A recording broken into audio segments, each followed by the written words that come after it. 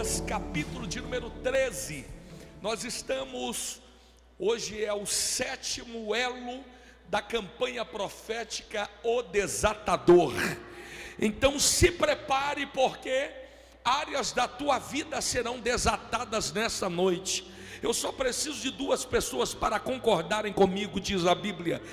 Nesta noite, áreas da tua vida serão desatadas, em nome de Jesus. Lucas, capítulo de número 13,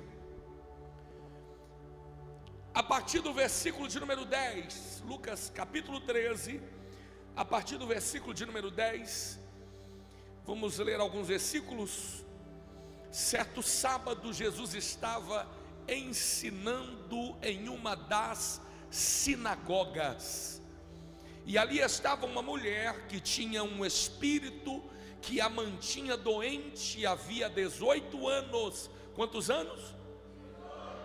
Ela andava encurvada e de forma alguma podia endireitar-se. Ao vê-la, Jesus chamou-a à frente e lhe disse: mulher, você está livre da sua doença. Então impôs-lhe as mãos e imediatamente ela se endireitou e passou a glorificar a Deus. Indignado porque Jesus havia curado no sábado, o líder da sinagoga disse ao povo: há 6 dias em que se deve trabalhar, venham para ser curado nesses dias, não no sábado. O Senhor lhe respondeu: hipócritas. O que Jesus respondeu, irmãos? Acaso cada um de vocês não desamarra no sábado seu boi ou seu jumento e o leva do estábulo para dar-lhe água? Ora, esta mulher, uma filha de Abraão, fala comigo, uma filha de Abraão, a quem Satanás mantinha presa por 18 longos anos. Eu quero que você repita comigo, vamos lá essa parte aqui, ó. Uma filha de Abraão, a quem Satanás mantinha por 18 longos anos. Qual que é a campanha que nós estamos terminando hoje? Desatador. Quantos anos essa mulher estava atada pelo demônio? Então não importa quanto tempo você está atado, essa é a noite que Jesus vai te desatar. Não deveria no dia de sábado ser liberta daquilo que aprendia.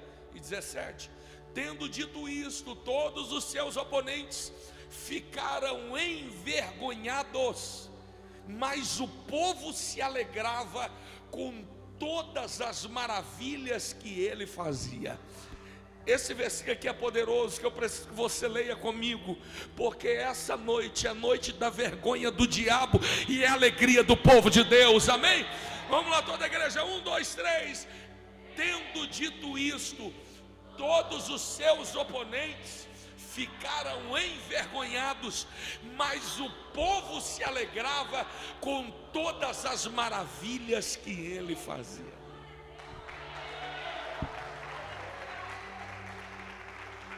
Pai, fala conosco poderosamente através da tua palavra.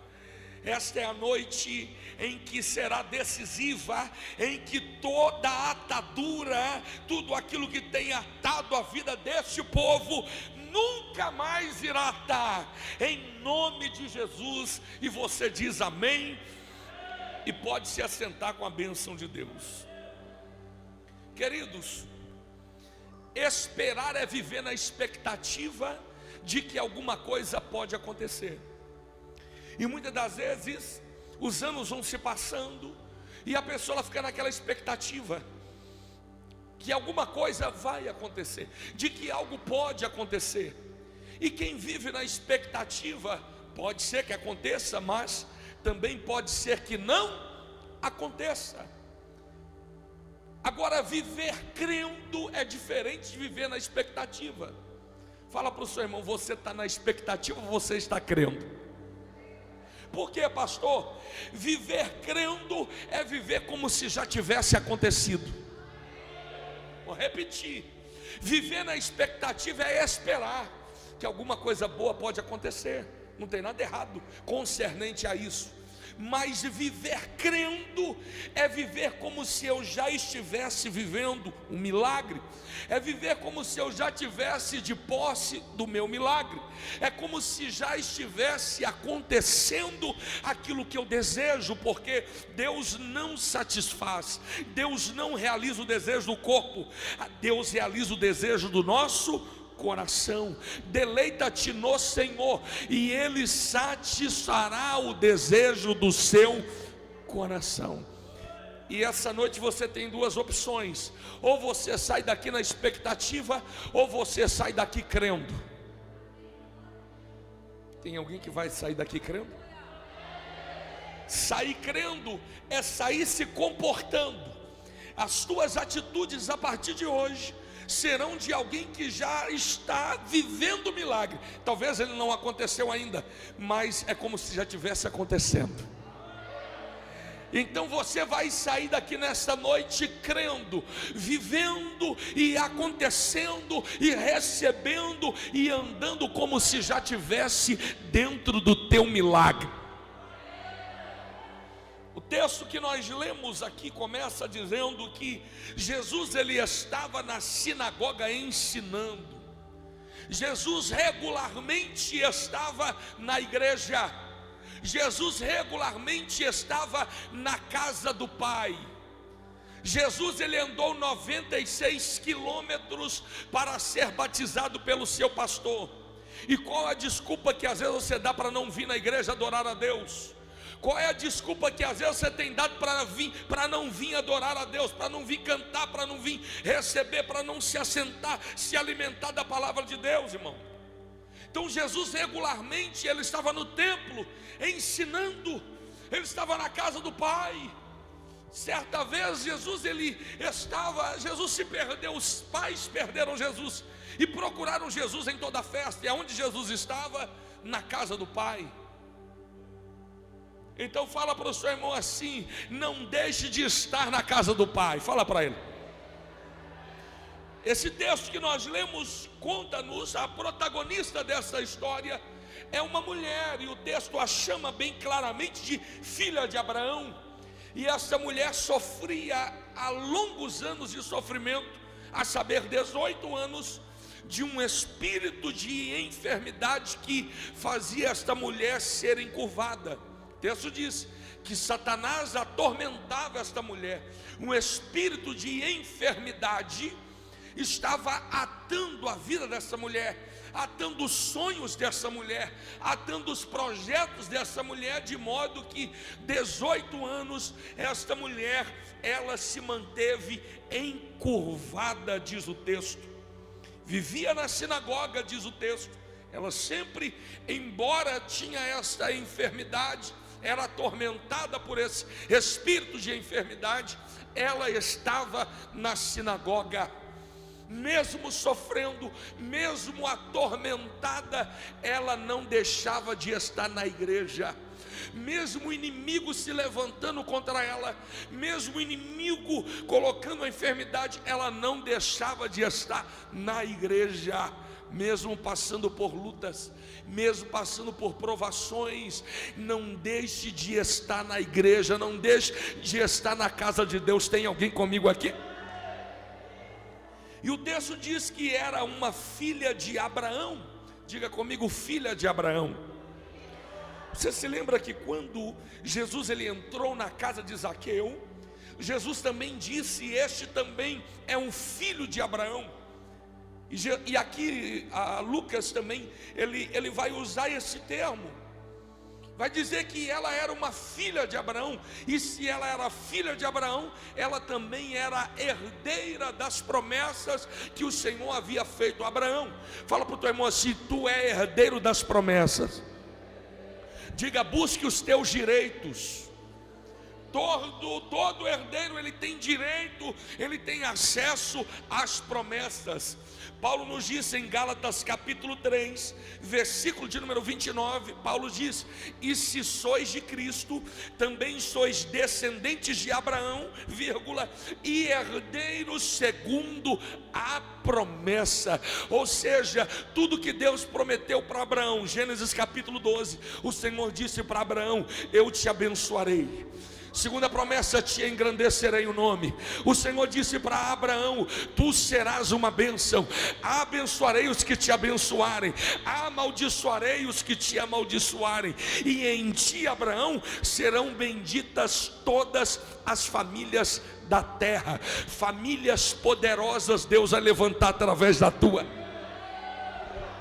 7 promessas, olha assim, ó, 7 promessas. Vai lá, gente. Vou falar igual o pastor Abílio, você está ruim para pegar revelação, hein? 7 promessas, vai. Ele prometeu para a vida dessa mulher. Ela era filha de Abraão, ela vivia na presença de Deus, ela vivia na igreja, era filha de Abraão, mas vivia sendo atormentada pelo diabo, vivia sendo atada pelo diabo, vivia sendo opressa pelo diabo. E com esta história, eu quero tirar algumas lições para a nossa vida, para aplicarmos. Primeiro, existem pessoas que, mesmo sendo filhos da promessa, filhos de Abraão, não conseguem andar retamente como ela andava durante 18 anos, curvada. 18 anos ela andava assim. E tem muitas pessoas que, mesmo sendo herdeira das promessas, carregando as promessas, estão andando assim, estão encurvadas, elas não conseguem andar retamente na presença de Deus. A Bíblia vai dizer que Jó era um homem reto, temente a Deus e que se desviava do mal. Esta era a opinião do Senhor acerca de Jó. Escuta isso, irmão. Talvez o diabo tenha alguma opinião sobre nós, sobre você, sobre o teu esposo, mas o que prevalece não é a opinião do diabo, é a opinião que Deus tem ao teu respeito. Ah, pastor, eu já caí. Ah, pastor, eu não estou bem. Ah, pastor, eu estou assim. Mas a opinião de Deus é que vai prevalecer. Qual que é a opinião de Deus para você? Embora você talvez não está andando retamente, mas para Deus você é alguém reto, é alguém íntegro, é alguém temente ao Senhor e que se desvia do mal. É assim que Deus te vê. Escuta, a palavra profecia é algo que é diretamente ligado ao futuro, mas a palavra profética é algo que é ligado diretamente ao nosso presente. Então não importa como você chegou aqui, o que importa é que Jesus vai te endireitar. Não basta dizermos, irmãos, somos crentes, né? Hoje você vê influências digitais. Você pergunta para o menino: o que você quer ser quando crescer? Influencer. É a moda hoje. Aí tem um monte de gente dizendo aí, famosinho: eu sou crente, eu gosto de curtir o culto, eu gosto de ir na igreja. Mas não basta dizer que é crente, tem que dar bom testemunho. Não basta dizermos que somos crentes, precisamos ser desatados. Não adianta dizer eu sou filho de Abraão, eu tenho a promessa, mas está vivendo totalmente encurvado diante das circunstâncias, diante dos problemas. Não basta dizermos que somos herdeiros das promessas, precisamos ser curados, precisamos ser libertos. Um escritor chamado Neymar de Barros, ele diz que existem homens presos em prisões que estão livres, e existem homens que estão soltos nas ruas, mas estão presos. As pessoas estão andando por aí, mas estão atadas nas suas emoções. A vida espiritual está atada, o casamento está atado. A pessoa, ela está ali perto de você, mas existe algo que está atando a vida daquela mulher. E o texto aqui vai apontar e vai dizer que foram 18 sofridos anos que essa mulher estava encurvada. Segunda lição que nós aprendemos: existem pessoas que mesmo sendo filhos da promessa, se encurvaram diante das lutas. É filho da promessa, mas se prostra diante do problema. É filho da promessa, mas se curva diante de um problema, diante de uma má notícia.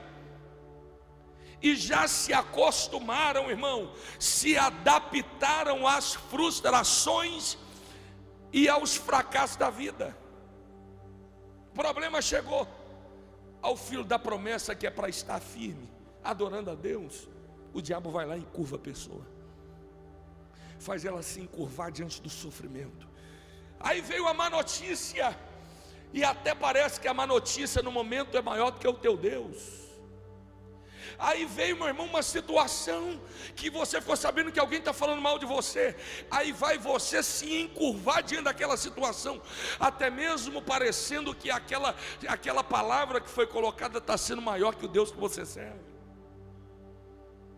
Aí uma mensagem que chega para você, aí você recebe a mensagem: alô, é a Xelelene? Oi, Xelelene. Aí ela dá uma má notícia para você: ah, dispensado da empresa. Aí a pessoa se curva. Irmão, você pode ficar até triste, você só não pode se encurvar diante daquele problema. Sabe por quê? Porque o único que nós nos encurvamos é diante do nosso Deus.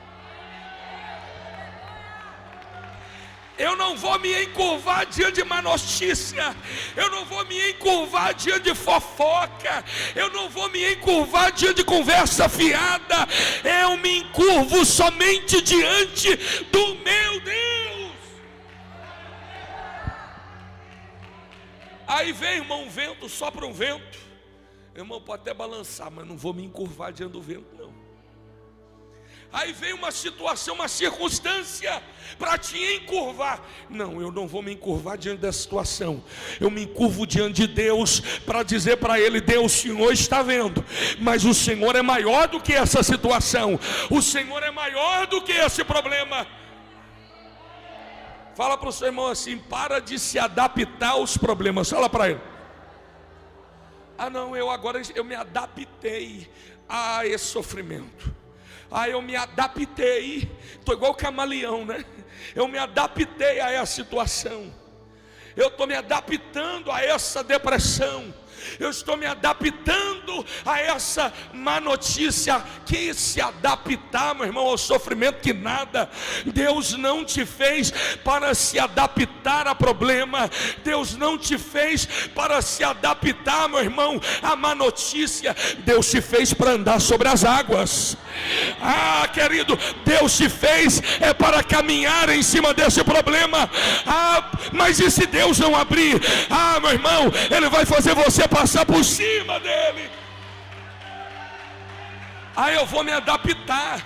As muralhas de Jericó diante de mim, eu preciso me adaptar. Não, meu irmão, você não vai se adaptar, porque Deus não te chama de adaptador.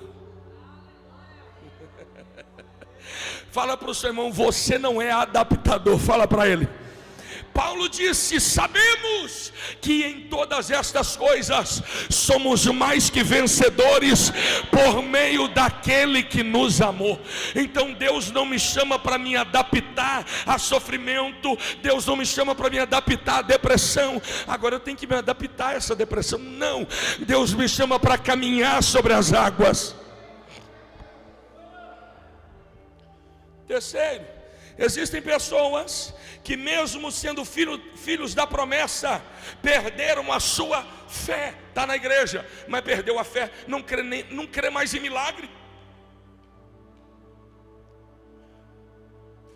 A pessoa ela é filha de Abraão, ela é herdeira da promessa, mas ela não crê mais. A gente não vê com tanta frequência mais dentro das igrejas grandes milagres. E por quê? que a gente não vê com tanta frequência. Milagres, milagres, por quê?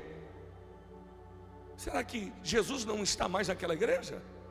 Ou é o povo que perdeu a fé, que não crê mais? Porque Ele é imutável, Ele não muda, a natureza dele não mudou e não vai mudar. Ele é o mesmo ontem, hoje e será para sempre. Só que nós estamos vivendo uma geração que não está crendo mais, uma geração de autoajuda, procurando autoajuda. Não, irmão, eu não sou um pregador de autoajuda, embora tenha estudado para ser coach. Eu não sou um pregador de autoajuda, eu sou um pregador de ajuda do alto. Eu prego a ajuda do alto. Eu prego a ajuda do alto. Nós precisamos voltar a ser uma igreja que crê. Porque se você crê, querido, os milagres estão disponíveis. As maravilhas estão disponíveis. Então se prepara, porque a partir de hoje na tua vida, nesta casa, se depender de mim, de você, milagres tremendos, sobrenaturais, milagres indizíveis, Deus estará aqui no nosso meio. Alguém crê aqui? Alguém crê nisso? Alguém crê? Essa enfermidade deixava ela 18 anos olhando para baixo. Ela não conseguia elevar a sua cabeça, ela não conseguia olhar para o céu, ela não conseguia levantar a tua cabeça. E é isso que o diabo tem feito na vida de muita gente. O diabo tem atado a tua vida de maneira que você não consegue mais levantar a tua cabeça. O diabo tem atado de tal maneira áreas da tua vida que você tem andado assim. Você não consegue elevar a tua cabeça, você não consegue olhar para o alto.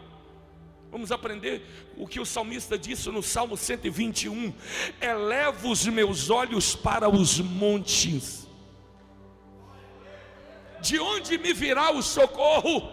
O meu socorro vem, não veio, vem, presente, do Senhor que fez céus e terra. Ou seja, o Deus Criador, Ele tem compromisso de cuidar da sua maior criação. Olha para o lado aí, está do teu lado a maior criação de Deus. Então esse Deus que criou os céus, criou a terra, Ele se compromete em cuidar da sua maior criação. 18 anos ela não conseguia levantar a tua cabeça. O salmista dizia: o caminho é perigoso, porque eles estavam saindo do cativeiro babilônico, estavam indo em direção ao Monte Sião. E eles tinham uma referência, diga uma referência. Qual era a referência? Não poderiam abaixar a cabeça, eles tinham que caminhar olhando na direção do Monte Sião. Era a referência, porque se eles andassem de cabeça baixa, eles perderiam a referência do destino. E aqui eu aprendo algo poderoso, que o caminho pode ser perigoso, o caminho pode ter pedras, o caminho pode ter algumas surpresas, o caminho pode ser, meu irmão, às vezes íngreme demais, às vezes ele pode ser, meu irmão, esburacado demais, mas eu não posso perder a minha referência, o meu socorro, o Deus que habita no Monte Sião. Querido, levanta a tua mão para o céu. É isso que a palavra diz: os que confiam no Senhor são como o Monte Sião, que não se abalam, mas permanecem para sempre. Nada de cabeça baixa. Levanta a tua cabeça e olha para a tua referência, que é Cristo. Oh, aleluia!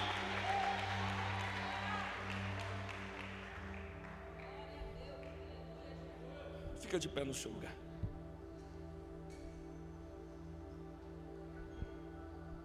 Tem pessoas que são filhos de Abraão e estão carregando um fardo muito pesado em suas costas.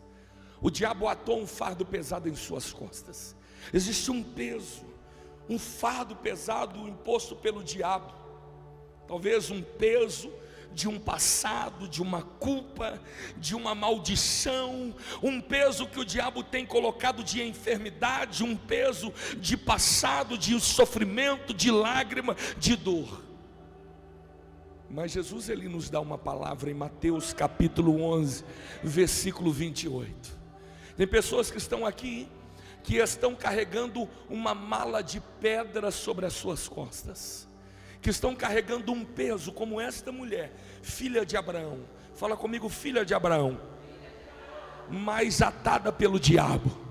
Ela carregava um fardo pesado. Aí vem Jesus dizendo para os hipócritas: vocês, quando têm um animal e eles têm sede, vocês vão deixá-lo morrer de sede no sábado? Jesus disse: hipócritas, esta aqui é uma filha de Abraão, que eu vou desatá-la, que eu vou tirar esse fardo de 18 anos que ela carrega sobre as suas costas. Mão direita levantada para o alto. Eu não sei há quanto tempo você carrega esse fardo. Eu não sei há quanto tempo você tem carregado esse peso. Eu não sei há quanto tempo o diabo tem te encurvado, o diabo tem te aprisionado. Mas essa é a noite que acaba este sofrimento, esse fardo, esse peso. Hoje ele vai ser desatado na tua vida. Filha de Abraão, mas presa, buscava na igreja, mas estava presa. E o mais lindo, qual foi o dia que Jesus fez o milagre? Fala, gente, com vontade. Sábado. E sábado biblicamente representa o dia do descanso. Ela viveu 18 anos sofrendo, cansada de sofrer, cansada de ser opressa por Satanás. 18 anos. Jesus vai fazer um milagre num dia chamado descanso, para dizer para aquela mulher que vivia cansada: hoje eu vou te aliviar. Hoje é o dia do teu descanso. Existem almas, existem vidas. Eu estou sentindo Deus aqui neste lugar. Existem vidas que estão aqui, estão cansadas. Deus está dizendo que tem pessoas que estão cansadas de viver aqui no nosso meio, estão cansadas de carregar esse fardo pesado. Deus está dizendo: hoje é o dia que eu vou te desatar e vou te dar o descanso que você precisa. Vou te dar descanso, eu vou quebrar, eu vou desatar esse peso, esse fardo. Versículo 17, a Bíblia diz que Jesus lhe impôs as mãos. Imediatamente ela se endireitou. Onde Jesus põe a mão, o que está encurvado, o que está atado é endireitado. Jesus vai colocar a mão em áreas da tua vida que estão atadas. E quando Jesus coloca a mão, não tem mais espaço para Satanás. Diga para alguém do teu lado, diga: Satanás vai perder hoje na tua vida. Diga: porque Jesus põe a mão para endireitar. My God, Jesus põe a mão para endireitar essa noite. É saúde, Ele põe a mão e endireita. É casamento, Ele põe a mão e endireita. É vida espiritual, é ministério, Ele põe a mão e endireita. Eu não sei qual é a área, mas a mão dele está aqui para endireitar. Vendo a Jesus, chamou-lhe e disse: mulher, estás livre da tua enfermidade. E impondo-lhe as mãos, imediatamente se endireitou e dava glória a Deus. Existem milagres que são progressivos, mas existem milagres que são imediatos. Milagres progressivos são aqueles que Jesus faz ao decorrer, mas milagres imediatos são aqueles que Ele faz na hora, no momento. Eu não sei qual é a área da tua vida que se encontra atada, mas o desatador está aqui nessa noite. Levanta a tua mão direita para o céu, feche os seus olhos. ela era filha de Abraão. Você é filho de Abraão. Você carrega a promessa, mas Satanás tem te atormentado. Satanás está tentando te atar, te aprisionar. Mas Jesus está aqui. Jesus está aqui para te dar o descanso, para te dar a libertação que você precisa.